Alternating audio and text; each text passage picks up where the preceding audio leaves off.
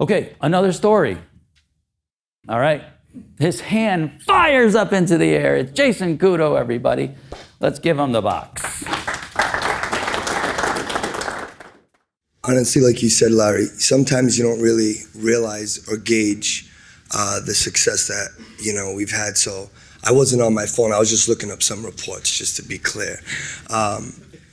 So currently to date, we're at 82% of the sales that we made last year to date. So it's June, half a year has elapsed, and you have 82% of the sales that you had all of last year. Yeah. That's awesome. And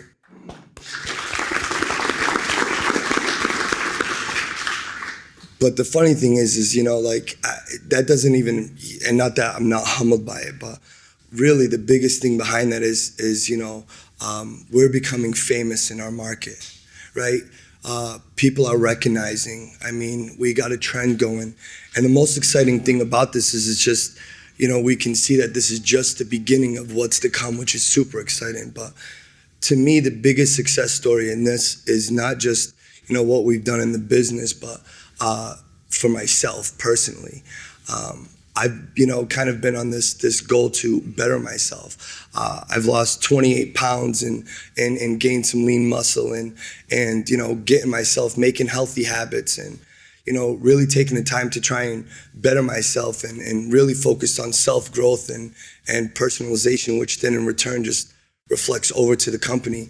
And I think that alone, just from taking what I've learned here and, the U squared and, starting to see people grow inside the organization. And I mean, it's just, there's so much going on where the success and the growth, it's almost you don't appreciate how much that you've actually grown and you're seeing people grow and just, when you just kind of think back a little bit and reflect, you got to kind of maybe look at focus points and say, well, what was I actually doing? Where was I? Because it's easily forgotten.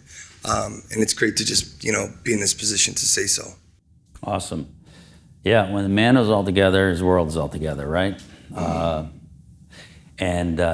Your brain is 2% of your body weight and takes 20% of the energy.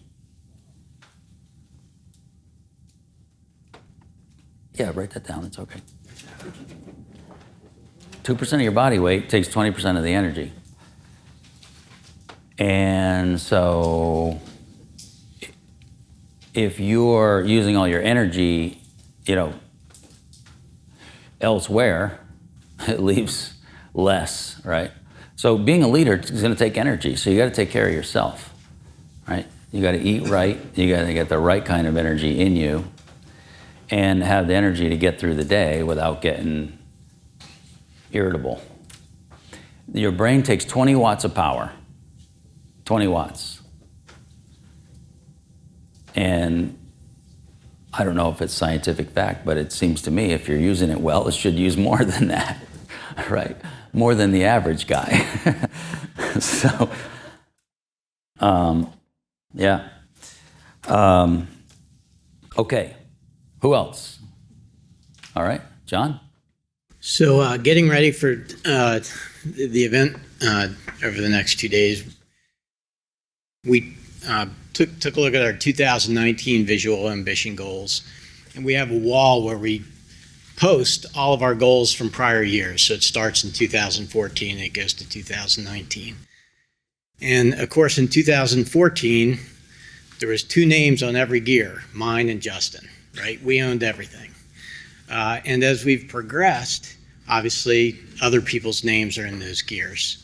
That is a success for us in and of itself. But recently, some dealer support folks came down to visit. And in our wrap up, we said, what are we doing well? What are we doing not so well? And their comment was, you guys have built a great culture. And to me, number one, hearing that from somebody from Contractor Nation, a place that I view as having a great culture, is a big vote of confidence. And 2, it says that we built a platform so that whatever success we're experiencing today, it's going to get better in the future. So to me, it's our number one success story. You look across this historical, breadcrumb trail of where we've been by looking at the gear charts, and it's been a steady, curve going north, and the fact that we have a good culture says that it's going to keep going, and that's I think the most successful thing we've done. Fantastic. Good deal.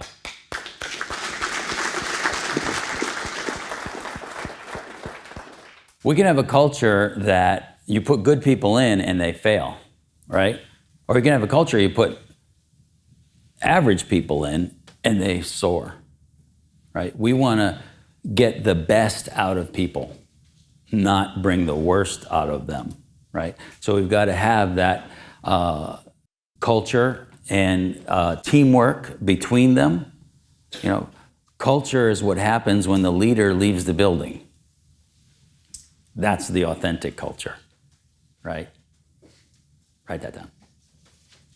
Because you might say, oh, we have a great culture. People are always smiling. People do that to me. I do appreciate it, I gotta say. But when people, I see their faces, right? They're talking amongst each other, walking down the hall, and then they see it's me walking by, and they go, oh, hey, hi. They smile.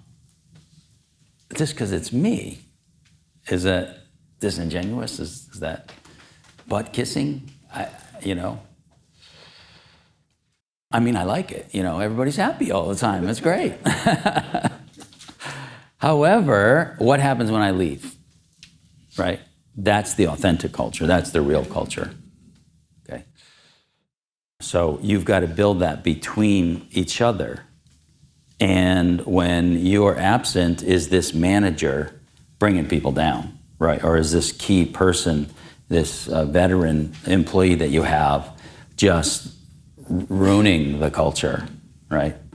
And so you got to have a great culture, because in the end, if I can remove this guy, and while he's does great work and he's been here a long time, when I remove him because he has a bad attitude, he's a pot stirrer, I can get 10% more out of everyone else around him. You add all that up, it's way more, than this guy.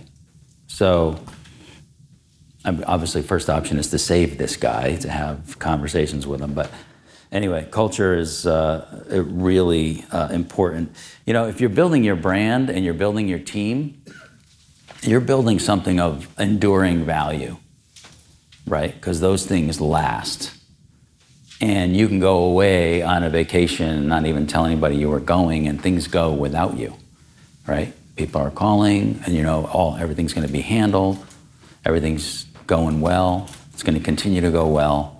It's not reliant upon you being there because you did a good job building your project. Okay, someone else? All right, Eddie Griffin. Eddie, come on up here. Come on up here. We'll give you the box. So this is Ed Griffin, and those of you that have graduated may remember Ed being in the live class and his wife Crystal. Okay, and he disappeared from the live classes, but he paid attention to the online. He was all over it, and I should give you an honorary degree, actually. But all right, go ahead. What's your story? So I actually started out in my garage about 4 years ago when I came to the School of Contractor Nation, School of Entrepreneurship. And I steady listened to Larry. I think at that time my company was doing about $1 million in work. Last year we did 5.7 million in work. But it's been a continual growth for me. I was never really educated. I was always a hard worker, really didn't know a lot about the inside of a business. I was really good at what I did. But like what Klaus said, when I read the book, it really changed my life. once I got the man right, I was able to start to put my world together.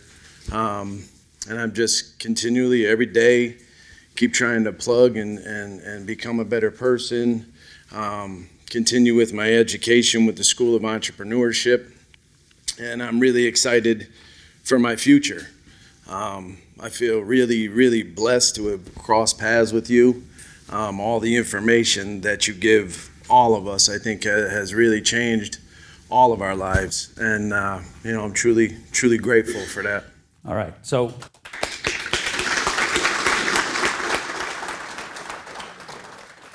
let's just plot this out for a second. Okay? So let's go years. Okay. First of all, Brown Roofing is a 47-year-old Yes. company. Okay? So you started working age 17. I actually started at 13 on my summer vacation. Okay. Working for Gary Brown, who was Brown. the founder. Okay. So after 42 years, let's say, he got to how much in sales? When I purchased the company from him, we couldn't have been doing over 600,000. Okay, so let's go million, 2 million, 1 million, 2 million, 3 million, 4 million, 5 million, okay, and so forth. Okay, so you were doing how much then? Say 500,000. 500,000, okay. So after 47 years, 500,000. And then your first year in business that you took over. I grew it probably another 200,000. Okay, so we go to 700, okay.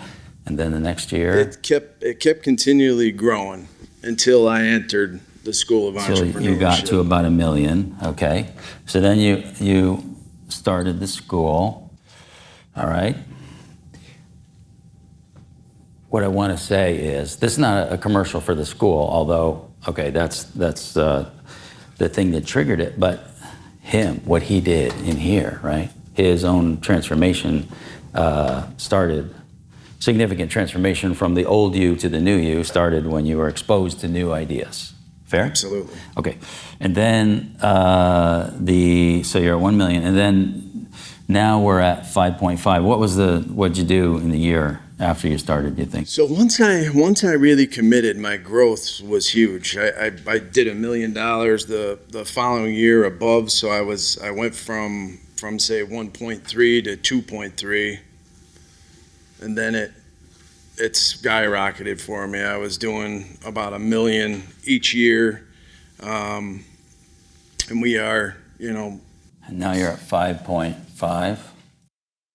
Yes. Yep. Currently, right now, this year we have 2.3 million in the books. I have $1 million in backlog. So we are climbing. We got affected with a big storm, and I turned around for a minute and I started to think my old ways. I got to get out there. I got to help, and then I sat back and said, you know what, this just isn't working for me. And I went back in and I really, really focused on what I was doing, where I was going. I really focused on everything that Larry was telling me. And since then, it's really been sky's the limit. I still have a lot more to learn, but I'm very excited and very grateful, for everything that you've done. So I visited Eddie's facility. He's got vision, mission, and values and a wrap on the wall. Okay, it's giant. He's got the customer experience up there, just starting to work on that. He's got 8 steps to a sale in the training room, big, on a big board. I took a picture, you'll see a picture of that. He's got quotes on the wall, on doors.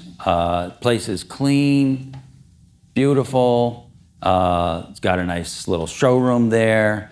And let's see, what else? Oh, scoreboards, more than one, all over the place.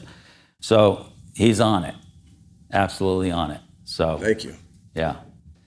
All right, good deal. Thank you.